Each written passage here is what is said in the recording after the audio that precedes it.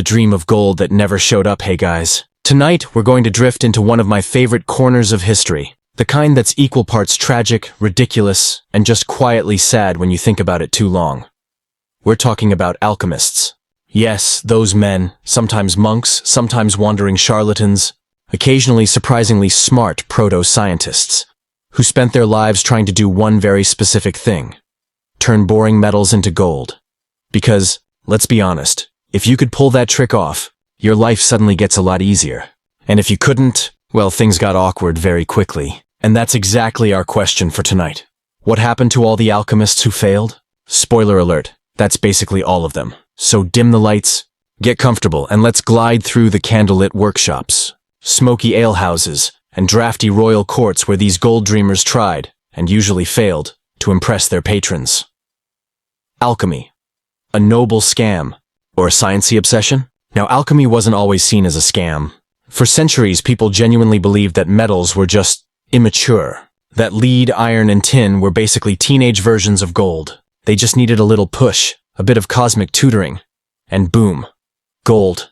And if you think that sounds silly, well, just remember, we still fall for plenty of ridiculous investment schemes today. At least their scam came with more candles and Latin chanting. The whole thing hinged on something called the Philosopher's Stone.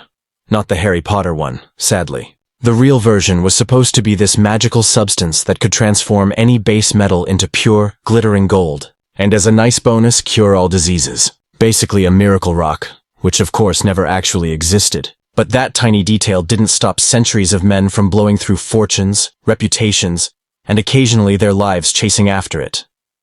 The problem of patrons. Here's where it gets tricky.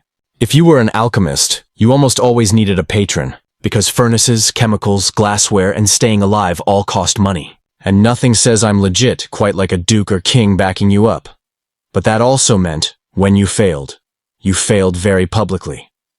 Imagine this. You've been bragging that you're just a few weeks away from producing piles of gold. The count or the prince has given you funds, maybe even housed you in a nice little workshop on his estate. You burn, you mix, you mutter incantations. Weeks pass, months, and then nothing. Just a crusty lump of slag at the bottom of a crucible.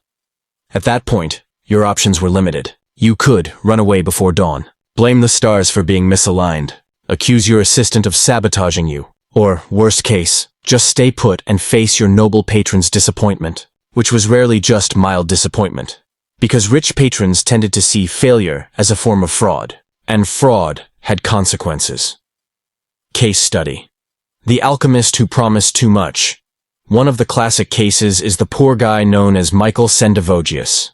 Now, Sendivogius wasn't a total fraud. He actually made real contributions to early chemistry. But he also had the classic alchemist's problem. Rich people expected miracles. He promised various dukes and emperors that he could conjure up the Philosopher's Stone. He set up his furnaces. He demanded ingredients. And when results were, let's say, underwhelming, he found himself locked up more than once.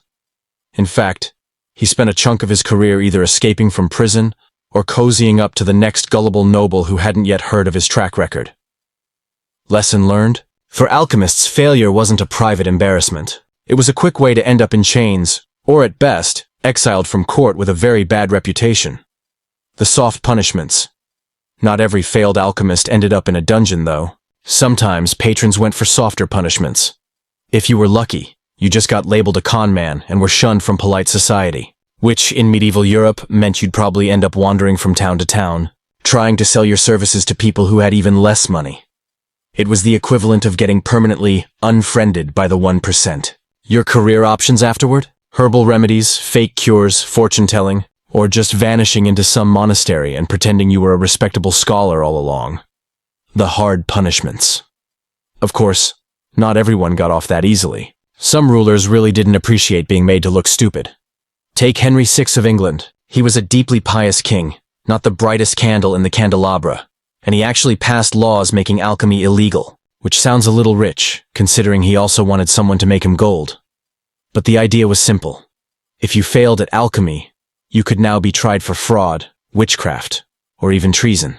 Treason, because technically you were messing around with the royal economy by pretending to make money out of thin air, and kings tend to take that very personally. So yes, execution was on the table. Not common, but definitely a possibility. Because nothing says good evening like realizing your attempt to impress a duke might end with your head on a spike. Let's drift over to the Habsburgs. Now, we can't have a chat about failed alchemists without stopping by the Habsburg family, the undisputed champions of weird obsessions and unfortunate genetics. Holy Roman emperors like Rudolf II were obsessed with alchemy. Rudolf basically turned Prague into an alchemist theme park in the late 1500s. He collected alchemists like other men collected horses, and, naturally, most of them failed. So what happened to those guys? Well, if you were under Rudolf, sometimes you got away with it, because the man was too distracted by his other hobbies, like collecting stuffed animals and commissioning bizarre art.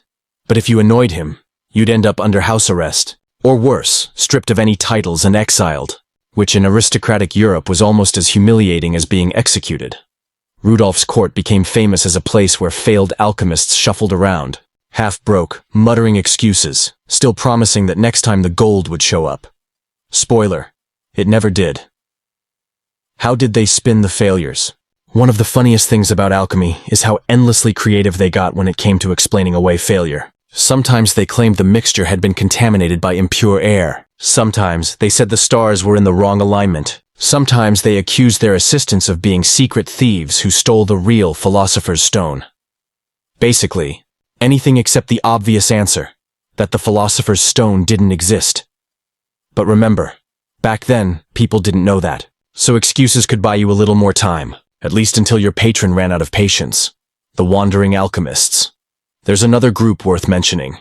The Wandering Alchemists. These were the guys who didn't have fancy court connections. They just went from city to city, pulling little demonstrations. Maybe they'd turn a coin gold, or at least make it look gold for an hour or two. Then they'd disappear with their fee before anyone noticed the trick. When those tricks were discovered, punishments varied. Some were beaten in the streets. Others were tarred as sorcerers and burned at the stake. And a few, probably the cleverest, just quietly slipped across the border to a new city and started all over again. So, what happened to failed alchemists? Sometimes prison, sometimes death, sometimes just a sad little wandering life, muttering about secrets of the cosmos while trying not to starve. A gentle pause. And since this is meant to be relaxing, let's take a moment to breathe. Picture those dim workshops, the glowing furnaces, the smell of sulfur and smoke, the desperate men, hunched over their crucibles, hoping that this time, this one last time, their experiment would work. It never did, but they kept trying anyway, and in a way that's kind of poetic. Alright, so we've set the stage. We know alchemists promised gold. We know they didn't deliver, and we know the punishments ranged anywhere from awkward silence to, congratulations, you're now legally dead. But let's get more personal. Because history is always more fun when we focus on specific human disasters. Tonight we'll float over to a few of the famous failures. The guys who really leaned into the art of disappointment. Edward Kelly, the smooth talker. Let's start with Edward Kelly, a man who could talk his way into and out of just about anything. Kelly was English, born in 1555, and he had a gift for looking mysterious. Think long robes, cryptic handwriting, and vague pronouncements about destiny. He teamed up with another alchemist/occultist, John Dee. Dee was the smart, bookish type. Kelly was the hype man. Together, they convinced half of Europe that they were in contact with angels. Literal angels, who dictated entire books in a special language called Enochian. Was the language real? No. Did that stop people from being impressed? Also no, but here's the catch. Dee wanted spiritual knowledge. Kelly wanted gold. And to get it, he claimed he had the red powder, supposedly the key ingredient for the philosopher's stone. Just sprinkle a little of this magic dust into molten metal, and poof, instant gold. Except, yeah, it didn't work. Or rather, it worked once in a staged demonstration, which was just enough to get royal patrons excited. But when they wanted more, Kelly couldn't deliver. Eventually, he got himself into the orbit of Rudolf II, that Holy Roman Emperor we mentioned earlier, who collected alchemists like Pokemon. Rudolf wanted results. Kelly stalled. Rudolf threw him in prison. Kelly tried to escape, broke his leg in the attempt, and eventually died in custody. So, what happened to that failed alchemist? He went from robes and angelic visions to a dirty cell and a painful death. Not exactly the Philosopher's Stone retirement plan. John Dee. The gentleman who believed too much now. We can't talk about Kelly without giving a nod to John Dee. Dee is one of those historical figures who makes you wonder if being too smart is sometimes its own curse. He was a mathematician, Astronomer, navigator, you name it. He advised Queen Elizabeth I. He helped plan voyages. Basically, he had a solid resume. But he was also obsessed with the mystical side of things. He believed Kelly's angel conversations were real. He bought into the dream of alchemy, and he spent years chasing it, pouring money and energy into Kelly's promises. What happened to him when it all fell apart? Well, he didn't die in a dungeon. Instead, he came back to England broke, ridiculed, and politically sidelined. He ended his days as the poor old man in the corner, still muttering about angelic languages, while everyone politely ignored him. Sometimes, the punishment for failure wasn't prison or death. Sometimes, it was just irrelevance. Let's float to France. Jacques Coeur, next stop. France, 15th century. Here we meet Jacques Coeur, a merchant who got himself tangled in the alchemy craze. Now, Coeur wasn't an alchemist himself. He was more of a finance guy. But he backed some alchemists, and when their promises didn't pan out, the blame somehow slid back onto him. Suddenly, his enemies at court accused him of poisoning the king, counterfeiting coins, and dabbling in sorcery. Translation: his investments didn't work, and powerful people wanted him gone. So what happened? He lost his fortune, was imprisoned, and only barely escaped with his life. He spent the rest of his days wandering around Italy, broke and bitter. So there's another common theme. If you were tied too closely to alchemists, their failures could drag you down right along with them. Rudolph II's Court of Glittering Failures. Let's circle back to Rudolph II for a moment. Because if you want a one-stop shop for failed alchemists, his court was it. Picture it. Late 1500s Prague, filled with strange men in robes, wandering around the castle courtyards, each claiming they were just this close to producing mountains of gold. Rudolph indulged them, paying for furnaces, chemicals, and long experiments. It was like a science fair, except nobody ever won first prize. And when the gold didn't show up, most of them faded into obscurity. Some ended in prison, like Kelly. Others were quietly dismissed. A few slipped away before anyone noticed. But the thing is, Rudolph never really gave up hope. He kept funding new alchemists, convinced that one of them would pull it off. Spoiler, none of them did. So what happened to the failures? They left behind piles of slag, a lot of disappointed accountants, and a reputation as some of the most gullible houseguests in European history. When alchemists became doctors. Now here's an interesting twist. Some failed alchemists reinvented themselves as healers. Think about it. They already had the glassware, the herbs, the strange powders. All you had to do was claim they were for medicine instead of gold making. Boom! You're now a physician. Of course, whether you were any good at it was another story. Many of these doctors prescribed mercury, arsenic, or other delightful toxins, which sometimes killed the patient faster than the disease. But hey, at least they weren't in prison. So, another answer to our question. Failed alchemists sometimes rebranded themselves and survived as medieval doctors, quacks, or apothecaries. The wandering charlatans, and then we have the bottom tier. The nameless alchemists who never had royal patrons, never had wealthy sponsors, and just lived by their wits. They performed street demonstrations. Cheap tricks with quicksilver, colored flames, or fake coins. They dazzled peasants, picked up a few coins, and moved on before anyone caught on. When they were caught, it wasn't pretty. A beating, a stint in the stocks, sometimes execution if the local judge felt especially cranky. But most of the time, they just vanished into the endless shuffle of history, leaving behind no names, no discoveries, just the vague smell of smoke and disappointment. The psychological toll. Let's take a softer angle for a moment, because not every alchemist was a fraud. Many genuinely believed they were close to discovering something real. They weren't trying to scam anyone. They were just caught in a centuries-long collective delusion. Imagine spending your whole life in a dim workshop, convinced you're on the brink of greatness. And then, nothing. Years of ash and broken glass. Patrons angry. Friends skeptical. Your health ruined by breathing in mercury fumes. For a lot of these men, the punishment wasn't legal. It was just existential despair. They died still chasing a dream that never existed. It's strangely sad, isn't it? A gentle pause, so let's pause again. Picture Edward Kelly, staring at the walls of his prison cell. John Dee shuffling through his dusty library, broke and forgotten. Rudolph II, wandering through his court, surrounded by empty promises, all of them chasing the same dream. And all of them failing in different very human ways. Secret codes, weird rituals, and happy accidents. So far, we've looked at the big names, the tragic endings, and the slightly comical failures of men who couldn't quite conjure up that golden miracle. But there's another layer to all of this. How alchemists behaved when they weren't busy failing, and the strange aftershocks their experiments left behind. Because here's the thing. When you spend your entire life trying to turn metal into gold, you've got to keep busy in between disappointments. And some of those hobbies, rituals, and habits were, let's say, odd. The obsession with secrecy. One of the first things you notice when reading old alchemy manuscripts is how ridiculously cryptic they are. Page after page of bizarre symbols, half-finished recipes, and strange allegorical drawings. Suns and moons kissing each other, lions eating snakes, naked people bathing in what looks suspiciously like urine. Why? Well, alchemists loved secrecy. On the surface, they claimed it was because their knowledge was too powerful to be shared openly. The philosopher's stone was sacred. Only the worthy could understand it. But the less mystical explanation is, secrecy gave them cover. If your recipe for gold making didn't work, you could always claim the reader misunderstood the allegory, or that they weren't spiritually pure enough to grasp the true meaning. Very convenient. It's like writing a bad cookbook, where every recipe is intentionally wrong, and then blaming the reader for not being enlightened enough to bake the cake. Properly, rituals in the workshop alchemy wasn't just chemistry. It was wrapped in layers of ritual. You didn't just throw lead in a pot and hope for the best. Oh no. You had to time your experiment according to the planets. You had to recite prayers. Sometimes you even had to fast or purify yourself before handling the substances. For some, it was practically a religion.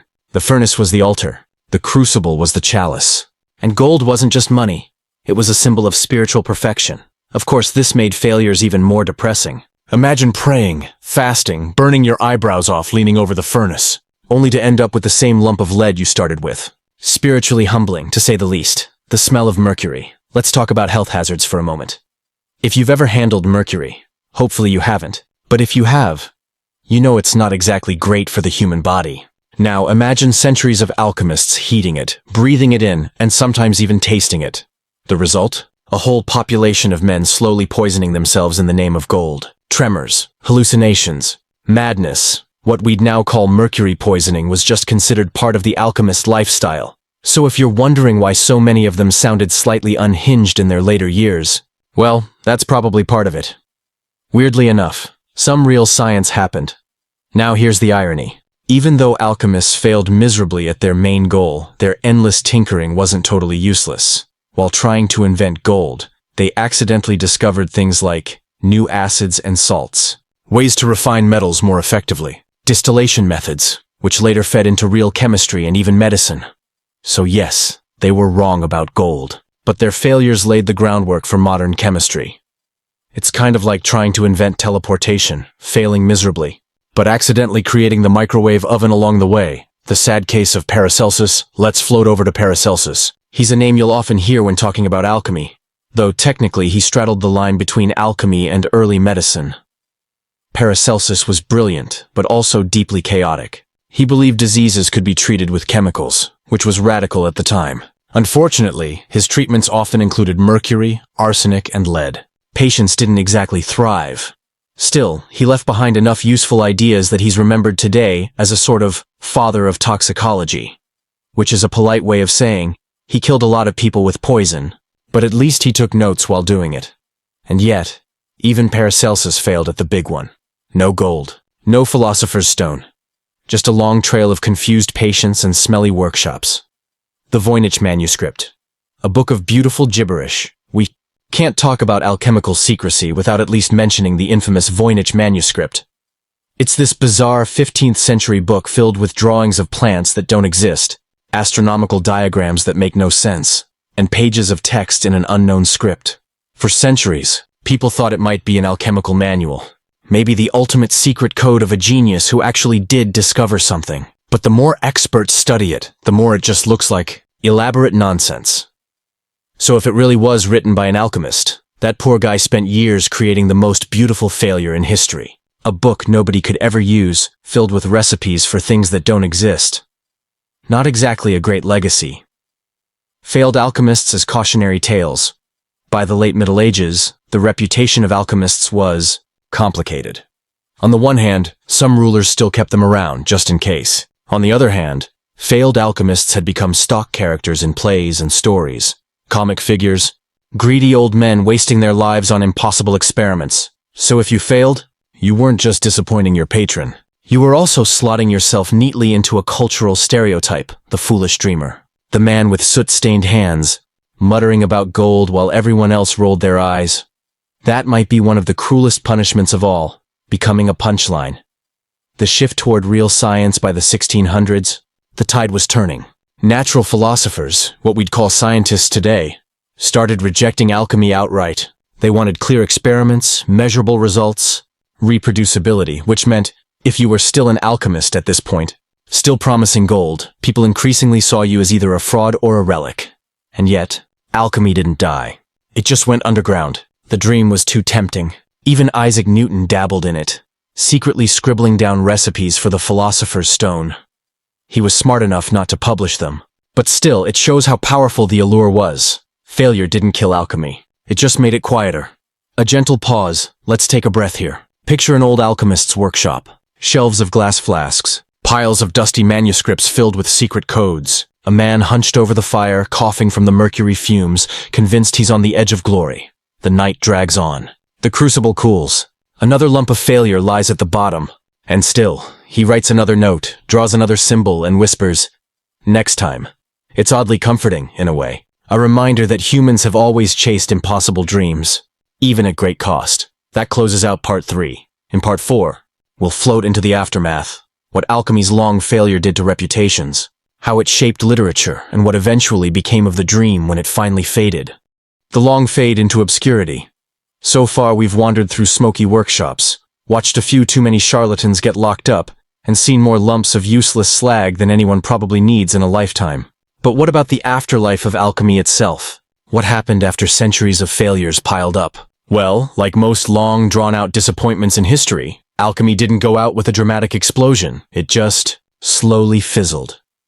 The reputation problem by the late Renaissance, alchemists had a serious PR issue.